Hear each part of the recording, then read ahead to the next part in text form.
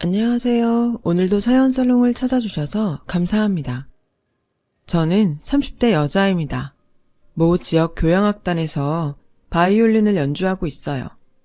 물론 음대에 갔을 땐 세계적으로 유명한 바이올리스트가 되는 것이 목표였지만 세상엔 저 말고도 잘하는 사람이 많았고 현실의 벽에 그저 전 앞으로도 제가 좋아하는 바이올린 연주를 계속 할 수만 있으면 좋겠다고 생각했어요. 시향에 들어가는 것도 사실 바늘구멍에 들어가는 것보다 힘들었지만 정말 죽기 살기로 매달린 끝에 어느덧 저희 악단의 바이올린 연주자가 되어 있네요. 상황이 이렇다 보니 시향에 들어온 이후로는 변변한 연애도 한번 하지 못했는데요. 제가 나이를 먹을수록 부모님은 초조해지셔서 두 분이 자처해 좋은 혼처를 적극적으로 알아보셨어요. 그래서 부모님의 권유로 종종 맞선을 봤어요. 조건이 좋으면 좋을수록 묘하게 사람의 인품은 반비례하더라고요. 그리고 그날은 제가 본 남자 중에 조건이 가장 좋은 남자를 만나러 나갔어요. 이 남자는 그간 제가 생각한 공식을 깨버렸죠. 자신이 가진 것을 드러내지 않았고 몸에 젠틀함과 배려심이 배어 있어서 만나는 내내 저는 이 남자한테 대접을 받고 있다는 생각이 들었어요. 아, 이렇게 다 가진 남자도 있구나. 저는 속으로 감탄했고 당연한 일이겠지만 이 남자에게 호감을 느끼게 되었어요. 다행히 이 남자도 제가 마음에 들었는지 저희는 그 후 결혼을 전제로 하는 연애를 시작했고 첫 만남이 어찌되었든 저희는 잘 맞는 여느 커플처럼 연애하는 동안 큰 트러블 없이 서로를 알아가며 만났어요. 이 남자를 만나면 만날수록 제 마음속엔 어떤 걱정의 씨앗이 자라게 되더라고요. 이 남자는 제법 우리나라에서 알아주는 건설회사의 외동아들이었어요. 나름 딸 자식 음대에 보낼 만큼 괜찮은 집안이라고 여겼던 저희 집은 이 남자의 집안에 비하면 그저 평범, 아니 한참 부족하다고 느껴질 정도였고 결혼을 전제로 만나는 사이인지라 차이나는 양가의 재력이 신경 쓰이기 시작했어요. 주변 친구들과 동료들은 이런 고민을 하는 저에게 어차피 맞선 나오기 전에 혜주씨 조건 다 보고 나온 거잖아. 신경 쓸 필요 없을 것 같은데? 오히려 없는 집보다야 있는 집이 땡큐잖아. 안 그래? 난 혜주씨 부럽다. 라며 제가 괜한 걱정을 하는 듯 말했어요. 그래도 저는 찝찝한 건 싫어서 이참에 이야기해 명확하게 답을 듣고 싶었고 타이밍을 봐서 이렇게 말했어요. 맞선 보러 나올 때 어떻게 들었는지 모르겠지만 재환 씨 집안에 비하면 저희 집은 평범해요. 혹시 나중에라도 문제될 게 있다면 이 결혼은 하지 않는 게 좋겠어요. 문제요? 지금 혜주 씨 말은 거꾸로 하면 혜주 씨 집안보다 우리 집이 평범하다면 문제가 될 수도 있다는 말이에요? 아니요, 제 말은 그러니까 재환 씨 집이 생각보다 너무 부자라 걱정이 돼서요. 이상하네요. 보통은 돈이 없어서 걱정인데 혜주 씨는 우리 집에 돈이 많아서 걱정이라니. 저희 부모님은 워낙 당신들이 가진 게 많아서 이번 맞선 때도 그런 조건은 별로 보시지 않았어요. 저도 뭐 비즈니스도 아닌데 그런 거 따지고 싶지 않았고요. 아니, 오히려 바이올리스트를 만났는데 내가 감사해야 하는 거 아닌가요? 이 남자는 그렇게 말하고 저에게 환하게 웃어주었어요. 순간 저는 지난번 동료가 말한 대로 난 지금까지 하지 않아도 될 걱정을 했구나. 이런 남자라면 더욱 믿고 결혼해도 괜찮겠다. 라는 생각이 들었어요. 그렇게 저희는 맞선 본 지 1년이 되지 않아 서로 양가에 결혼하겠다고 인사를 드렸죠. 이제는 남편이 된 그이의 말대로 재력가인 예비시댁에선 저희의 결혼에 가타부타 하지 않으시며 결혼을 찬성해 주셨어요. 그 소식에 저희 엄마는 제가 나름 재력가 며느리가 된다며 기뻐하셨고 급기야 동네방네 자랑을 하시는데 제가 다 얼굴이 화끈거릴 정도였어요. 그래도 뭐 엄마가 이렇게나 좋아하시니 자식으로서 그 기분이 나쁘지 않았어요. 그렇게 저는 남들이 조금 부러워하는 좋은 짝과 좋은 시댁을 만나 본격적으로 결혼 준비에 들어갔어요. 아무리 상대 집이 괜찮다고 했어도 보는 눈이 있으니 저희 부모님은 남편의 집 수준에 맞춰서 예단과 예물을 준비하신다고 무리를 하셨어요. 아무래도 곱게 키운 딸이 부잣집에 시집가서 책 잡히지 않고 잘 살길 바라는 마음에 그동안 모아놓은 통장의 잔고를 딱딱 긁어 할 수 있는 최대한의 노력을 하셨던 것 같아요. 지금 생각해보면 그럴 필요까진 없었는데 이렇게 이혼을 하고 보니 그것도 제가 저희 부모님께 한 불효인 것 같아 마음이 아프네요. 아무튼 저는 그렇게 나름 재벌 며느리가 되었어요. 하지만 결혼하면 더 많이 행복해질 거라는 제 예상과 다르게 본격적인 시련은 결혼 후부터 시작되었죠. 이제 결혼도 했으니 앞으로는 우리 집에 어울리게 살아야 한다. 그래서 내가 앞으로 너를 좀 가르쳐야 하겠는데 당장 내일부터 선생님들이 집으로 올 테니 넌 신혼집 말고 우리 집에서 지내거라. 아, 그리고 당분간은 친정에 가지도 말고 전화통화도 하지 마. 알겠지? 저는 시어머니의 그 말에 제 귀를 의심했어요. 여태 가타부타 아무 말도 하지 않았던 시어머니셨기에 그 당혹감은 뭐라고 표현할 수 없을 정도로 저에겐 충격이었죠. 게다가 친정과는 당분간 만나지도 통화도 하지 말라니 이 상황을 어떻게 받아들여야 하나 잠시 머릿속이 멍했는데 저는 곧 시집을 왔으니 이 집의 문화를 따로 배울 필요도 있겠다는 생각에 신혼여행의 단꿈도 깨기 전 남편과 떨어져 시댁에 들어가게 되었어요. 시댁에 들어간 후로 매일 요리 수업과 매너 수업, 그리고 영어를 비롯한 프랑스어, 중국어 등 외국어 수업을 받았고 그렇게 일주일이 지나자 전 제가 결혼을 한 건지 기숙학교에 들어왔는지 헷갈릴 정도로 이게 지금 뭐 하는 거지? 소위 말하는 현타가 왔어요. 그렇게 제 평생 가장 긴 한 달을 보냈고 꿈에 바라던 신혼집으로 돌아갈 수 있었어요.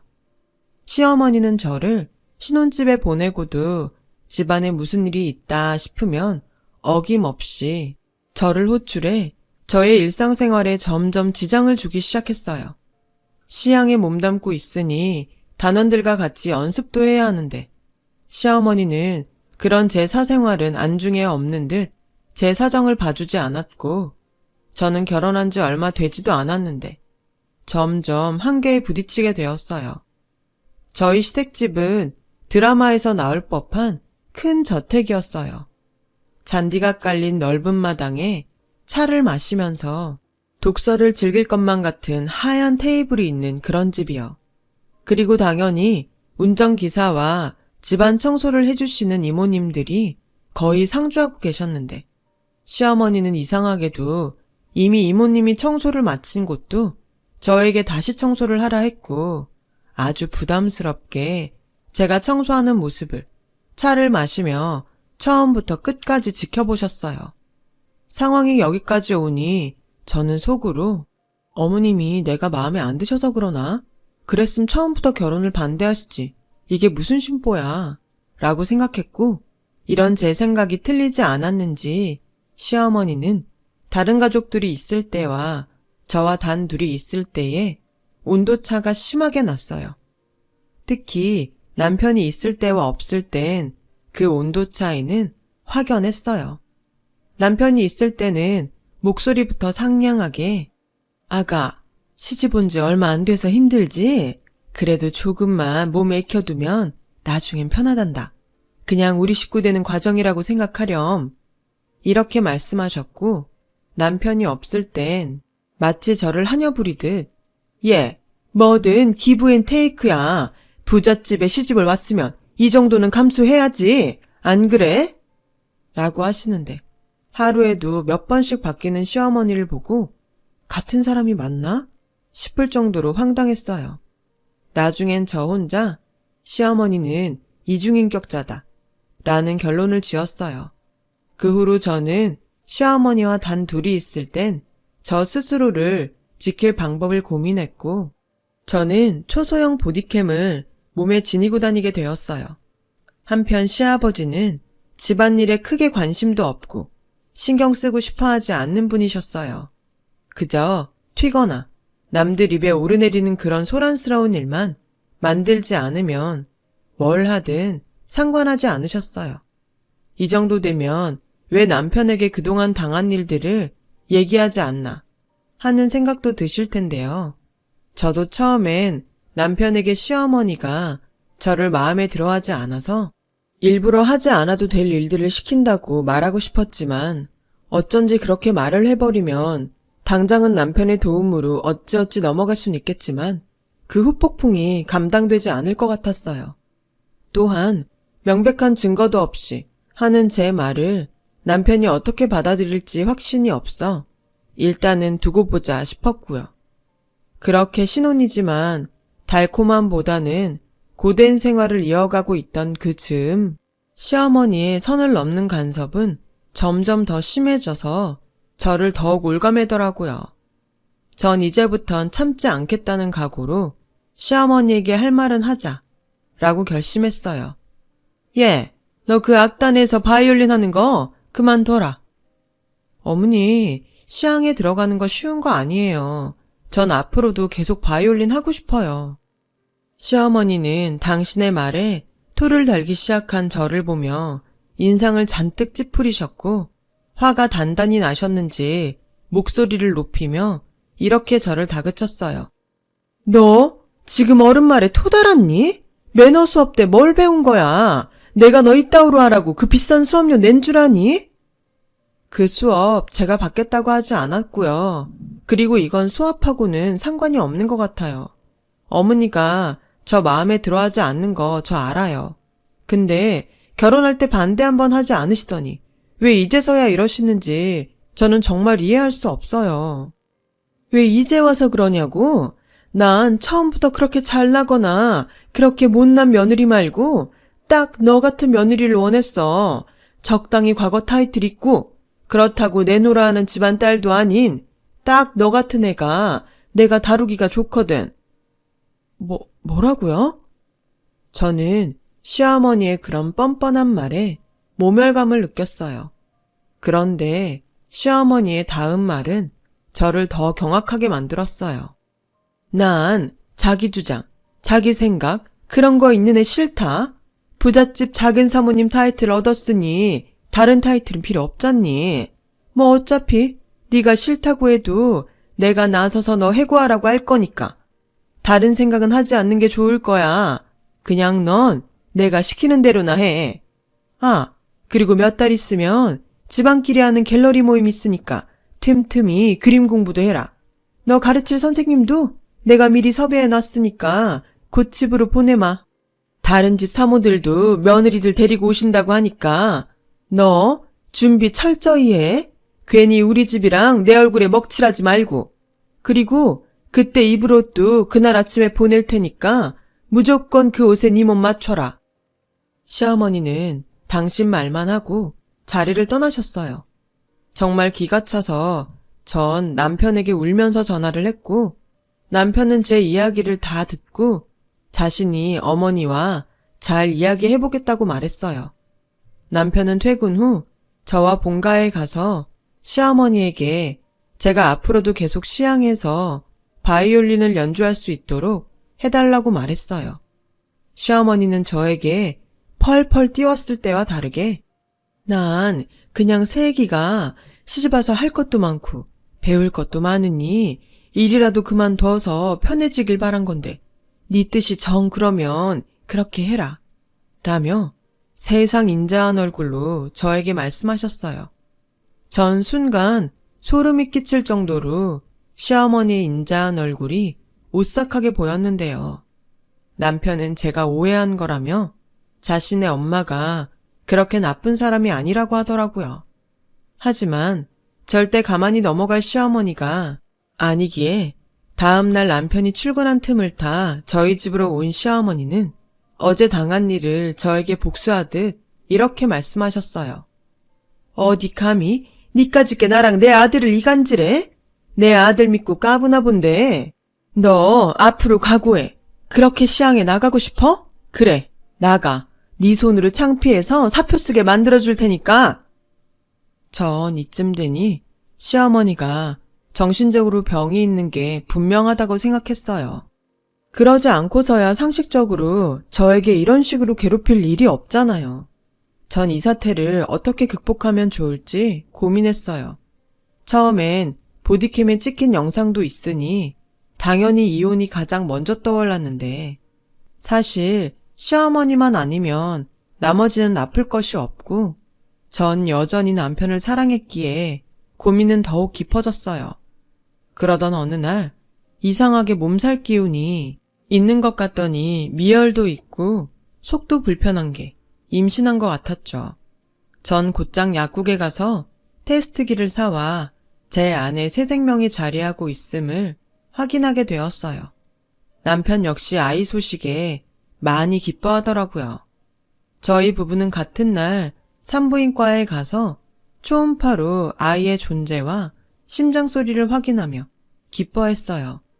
그런데 평소 말랐던 제 몸을 보시고 의사 선생님은 산모가 체력적으로 잘 버텨줘야 아이도 무사히 뱃속에서 크는 거예요. 앞으로 무리하지 말고 잘 먹어요. 이렇게 말씀하셨어요. 의사 선생님의 말을 듣고 시어머니가 스트레스만 주지 않으면 별 문제가 없다고 생각했고 어쩌면 아이 소식에 시어머니도 그동안 부렸던 심술을 좀 내려놓지 않을까 하는 기대감도 들었어요. 하지만 시어머니는 임신했다는 저에게 혹여 애 앞세워 어쩌겠다는 생각은 하지도 마라 라며 혹시나 했던 모든 기대감을 잘라버리셨고 그 후엔 저희 집에 미술 공부를 시켜줄 선생님을 보내면서 전 어쩔 수 없이 살기 위해 제 손으로 시향에 휴직계를 냈어요. 그리고 곧 문제의 갤러리 모임 날이 되었어요. 아침에 시어머니가 말했듯 모임에 입고 갈 옷이 도착했는데 임신으로 불어난 저희 몸은 도저히 그 옷을 소화할 수 없었어요. 무조건 그 옷에 네 몸 맞춰라. 전 시어머니의 그 말이 귓가에 맴돌았고 시어머니에게 전화를 걸었어요. 이 옷은 임신한 저에겐 절대 무리이니 다른 옷을 보내주시던 제 옷을 입고 가던 하겠다고 말할 생각이었죠. 그런데 내가 분명 말했지. 무조건 그 옷에 네 몸을 맞추라고. 어디 태어나지도 않은 애 핑계를 대면서 시어머니 말을 거역해. 어머니, 다른 건 몰라도 임신한 저한테 이렇게 타이트한 원피스를 보내시면 제가 이걸 어떻게 입어요? 그럼 다른 집 사모 보는데 격 떨어지게 인부복 입혀보낼까? 됐다. 그냥 넌 나오지 마라. 전 속으로 쾌재를 불렀어요. 원래부터 가고 싶지 않은 자리였는데 아이 덕에 가지 않아도 되었으니 이 아이는 태어나기도 전에 효도를 한 셈이었죠. 그런데 이런 저의 생각도 잠시였어요. 다른 집 사람들은 죄다 며느리를 대동하고 나서는데 혼자 모임에 갔던 시어머니는 또 화가 나서 만만한 저를 찾아오셨죠. 마침 임신 때문에 쏟아지는 잠을 이기지 못하고 자고 있던 전 침대에서 그대로 시어머니가 던진 핸드백을 얼굴에 정면으로 맞으며 화들짝 놀라 일어나게 되었어요. 어머니, 이게 지금 무슨 짓이에요? 잠이 오니? 내가 오늘 기분이 어땠을 것 같아? 그럼 저보고 어쩌라고요? 어머니는 어머니 손주 임신한 저한테 이러고 싶으세요? 더 이상은 못 참아요. 씩씩거리며 남편에게 전화를 걸었어요. 믿었던 어머니의 실체를 아들에게 낱낱이 폭로하겠다는 심정이었죠. 전 남편에게 다짜고짜 집으로 오라고 했어요. 시어머니는 무서울 거 없다는 듯 콧방귀를 끼셨고 곧 집에 무슨 일이 있나 싶어 달려온 남편에게 전 그동안 어머니와 있었던 일들을 상세히 말했습니다. 그 증거로 지니고 다녔던 보디캠을 남편에게 보여줬어요. 그러자 남편은 엉뚱하게도 어떻게 이런 걸 몸에 지니고 있냐며 여태 자신과 자신의 가족들을 이렇게 찍어대고 있었냐고 화를 내는 거예요. 증거도 없이 내가 하는 말을 믿기 어려울까봐 그랬다고 아무리 설명을 해도 남편은 감정적으로 제 행동을 비난했죠. 그런 남편의 반응에 실망해 고작 이 정도의 신뢰라면 이 결혼은 그만두는 게 낫겠다고 말했어요. 그때였어요. 언제 왔는지 시어머니는 제 손에 들려있는 보디캠을 빼서 슬리퍼 치는 발로 지근지근 밟더라고요. 아주 깜찍한 짓을 했구나. 그래, 이걸로 뭐 나랑 한번 해보자고? 네가 날 이길 수 있다고 생각해? 전 이기고 지는 문제가 아니라 살려고 이러는 거예요. 어머니가 원하시는 게 저희의 이혼이면 저 당장이라도 할게요. 어디? 혼인신고서에 잉크도 안 마른 게 벌써 이혼 타령이야. 똑똑히 들어. 이 결혼은 네가 선택했지? 네가 선택할 수 있는 건 딱 거기까지야. 우리 집에 이혼 구설수는 없다. 알겠어? 넌 앞으로 이 집에서 꼼짝도 할 수 없으니 그런 줄 알아. 말을 마친 시어머니는 정말 어이없게도 저를 저희 집에 가둬두는 분위기더라고요. 그리고 친정에 연락이라도 할까봐 제 핸드폰도 뺏었고요. 이건 엄연히 범죄인데 시어머니는 그런 의식조차 없는 것 같았어요. 시어머니는 곧 본가의 직원들을 몇 명 저희 집으로 불러 갇힌 저 대신 집안일을 시킨다는 명목으로 저를 감시하도록 시켰죠. 하루 이틀, 시간이 흐르면 흐를수록 이 말도 안 되는 상황 속에 점점 시어머니보다 남편이 가장 괘씸하게 느껴졌어요. 남편은 폭주하는 자신의 엄마를 말리지 않았고 도리어 제가 보디캠 같은 걸 가지고 다니며 이혼을 준비했다고 저를 몰아세웠어요. 왜? 우리 집이 돈 좀 있어 보여서 그런 걸 준비한 거야? 난 당신 조건 같은 거 보지 않고 내 가족이라고 생각했는데 당신은 날? 아니 우리 집을 돈으로 봤구나.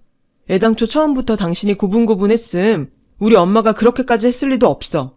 당신? 설마 그걸 노린 거야? 그러면서 임신까지 했어? 도대체 당신 계획은 어디까지인 거야? 당신이란 사람 소름 끼친다. 남편은 제 말은 듣지도 않고 계속해서 자신의 머릿속에서 떠오르는 소설만 얘기했어요. 저는 그동안은 모자가 참 다르다고 생각했는데 그제서야 전 남편의 말도 안 되는 모습을 보고 결국 모전자전이라는 생각을 하게 되었죠. 오만정이 떨어졌어요. 그렇게 손발이 꽁꽁 묶여버린 신세가 되었지만 이대로 모든 걸 포기할 순 없었어요. 저는 임신 중인 엄마였으니까요. 제가 이 지옥에서 나가야지만 나중에 세상에 나올 아이를 온전히 행복하게 키울 수 있다는 생각에 저는 필사적으로 거기서 나갈 방법을 생각했어요. 그리고 유일한 동아줄처럼 한 가지 생각이 떠올랐고 노트북을 꺼내 들었어요. 비록 핸드폰은 뺏겼지만 노트북을 이용하면 SOS를 칠 수 있으니까요. 죽기 아니면 까무러치기라는 심정으로 시아버지가 자기 목숨처럼 생각하는 아버님 회사로 이메일을 보냈어요. 그리고 드레스룸에서 남편이 새로 샀다는 골프채를 1초의 망설임도 없이 들었고 사정없이 골프채를 휘둘러 집안의 물건을 부수기 시작했어요. 어찌나 골프채가 튼튼하고 그립감이 좋은지 유리며 문짝이며 간단하게 부서지는데 묘하게 스트레스가 좀 풀리더라고요. 한참 출근 준비를 하던 남편은 요란한 소리에 놀라 저에게 달려왔고 제가 만든 난장판을 본 남편은 저에게 당신 미쳤어? 라고 소리치더라고요. 그리고 정말 기가 막히게도 저희 시어머니가 5분도 채 되지 않아 저희 집에 도착하셨어요. 분명 일하는 누군가가 재빠르게 시어머니에게 연락한 것이 틀림없죠. 전 제 뜻대로 시어머니와 남편을 한자리에 모아놓고 마치 실성한 사람처럼 악을 쓰며 소리를 질렀어요. 어머, 짐승이야 뭐야? 정말 누가 알까 무섭네. 짐승? 짐승은 당신이지. 처음부터 당신은 만만한 며느리 데려와서 평생 괴롭힐 심상이었잖아. 다른 사람 볼 때는 위하는 척하고 정말 소름 끼쳐. 이런 데 사는 사람이 어떻게 안 미치고 배겨? 너 안 되겠다. 김 기사 차 대기하라고 해. 이 물건 정신병원에 보내야겠어. 그때였어요. 지금 뭣들하는 거야? 저희 집 문이 거칠게 열리더니 단단히 화가 난 시아버지가 그렇게 소리를 치며 들어오셨고 그 모습에 시어머니는 조금 전의 모습은 온데간데 없이 마치 저승사자를 본 듯 사시나무 떨듯 떨더라고요. 여보, 회사는 어쩌고 여기에 와요? 지금 회사라고 했어? 내가 튀지 말고 조용히 살라고 했지? 시아버지는 시어머니에게 들고 온 태블릿 PC를 던졌어요. 어머! 시어머니는 비명을 질렀고 남편은 떨어진 태블릿 PC를 줍는데 그 안에는 시어머니가 망가뜨린 보디캠 영상이 나오고 있었어요. 전 이메일에 땡땡건설 사모님의 실체라는 글을 썼고 백업해둔 노트북 영상들을 모두 첨부 파일로 보내며 당장 이혼시켜주지 않으면 언론사에 이 영상들을 보내겠다고 했어요. 당연히 시아버지는 세상에 이런 막장 같은 집안일이 새어나가는 걸 극도로 싫어했죠. 시어머니를 찾아 저희 집으로 오셨던 거예요. 너 당장 그 영상들 나한테 넘기고 너 원하는 대로 당장 내 집에서 나가. 네, 그리고 제가 조건이 좀 있어요. 태어날 아이에 대해 일절 권리를 주장하지 않겠다는 약속과 그동안 부당하게 당한 시집살이에 대한 충분한 보상을 요구했어요.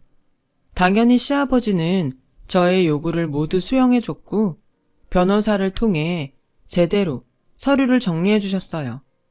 저희의 이혼 과정을 모두 본 시어머니는 처악랄한 거 결국 지 목적은 저거였던 거야. 그래놓고 나한테만 똥물을 튀겨? 너 내가 절대 가만 안 둬! 라고 씩씩거렸어요. 전 핸드폰에 시어머니의 그 말을 모두 녹음해 시어머니에게 보여주며 그렇게 당하시고도 이렇게 또 막말을 하세요? 이것도 제가 협박죄로 걸 수 있는데. 뭐야? 그러니까 지금이라도 착하게 사세요. 부자면 뭐예요? 인격이 거진데. 그럼 전 이 지옥 같은 곳에서 이만 떠날게요. 부디 앞으로 영원히 보지 않길 바래요. 전 그렇게 유유히 집을 나왔어요. 저희 부모님은 그동안 연락도 잘 되지 않았던 저의 사연을 듣고 그런 집에 저를 보냈다는 죄책감에 저에게 미안하다고 하셨어요. 그 집엔 제 선택으로 들어갔는데 아무리 제가 잘 이야기를 해도 부모님은 결국 당신들 탓을 하시더라고요. 그리고 6개월 뒤 저는 조금 이른 출산을 했어요. 비록 아빠가 탯줄을 잘라주지는 못했지만 딸아이는 건강하게 세상에 나왔고 저는 저희 딸을 위해서라면 뭐든 할 수 있는 슈퍼우먼이 되었어요. 지금도 사정을 다 모르는 분들은 그래도 아이는 있는 집에서 키우는 게 낫지 않았냐고 모르는 소리를 하시는데 저는 돈이 많은 집보다 사랑받고 사랑할 줄 아는 인성이 제대로 된 아이로 키우고 싶거든요. 돈이야 먹고 살 만큼 벌면 되죠. 행복해야 하니까요. 처음 남편을 만났을 땐 있는 집에서 제대로 교육받은 사람이라고 생각했다가 큰 코 다친 경험이 있으니 절대 그 집엔 저의 소중한 딸아이를 보낼 순 없죠. 전 남편은 가끔 아이가 보고 싶다고 저에게 연락을 해요. 그럴 때마다 저는 이혼할 때 약속을 받았기에 절대 보여주고 싶지 않다고 선을 긋고 있어요. 그리고 전 남편을 통해 시어머니가 시아버지에게 단단히 찍혀 철저히 감시와 제약을 받으며 살고 있다는 사실을 알게 되었어요. 그런 걸 보면 모든 게 다 자업자득이에요. 전 지금도 시향에서 열심히 바이올린을 연주하고 있어요. 사랑하는 일과 사랑하는 딸이 있기에 남들이 생각하는 것보다 훨씬 행복합니다. 저희 딸은 비록 아빠는 없지만 손녀라면 하늘의 별도 따다줄 외할머니와 외할아버지의 전적인 지원과 사랑을 받고 있어요. 저희 아빠가 정년을 앞두고 더 일하고 싶은 생각에 회사에서 독립해 사업을 시작하셨는데 워낙 발이 넓고 인망이 높아 하는 사업마다 아주 잘 돼가고 있어서 오히려 지금은 생각도 없는데 저에게 저희 집과 어울리는 혼처가 있다고 연락이 올 정도예요. 저는 이혼하고 다시 부모님의 딸로 또 세상에서 가장 귀한 딸의 엄마로 살고 있어요. 이 행복을 얻기 위해 그 험한 길을 걸었나 싶을 정도로요. 저는 앞으로 무조건 저희 부모님과 딸아이를 위해 더 잘 살겠습니다.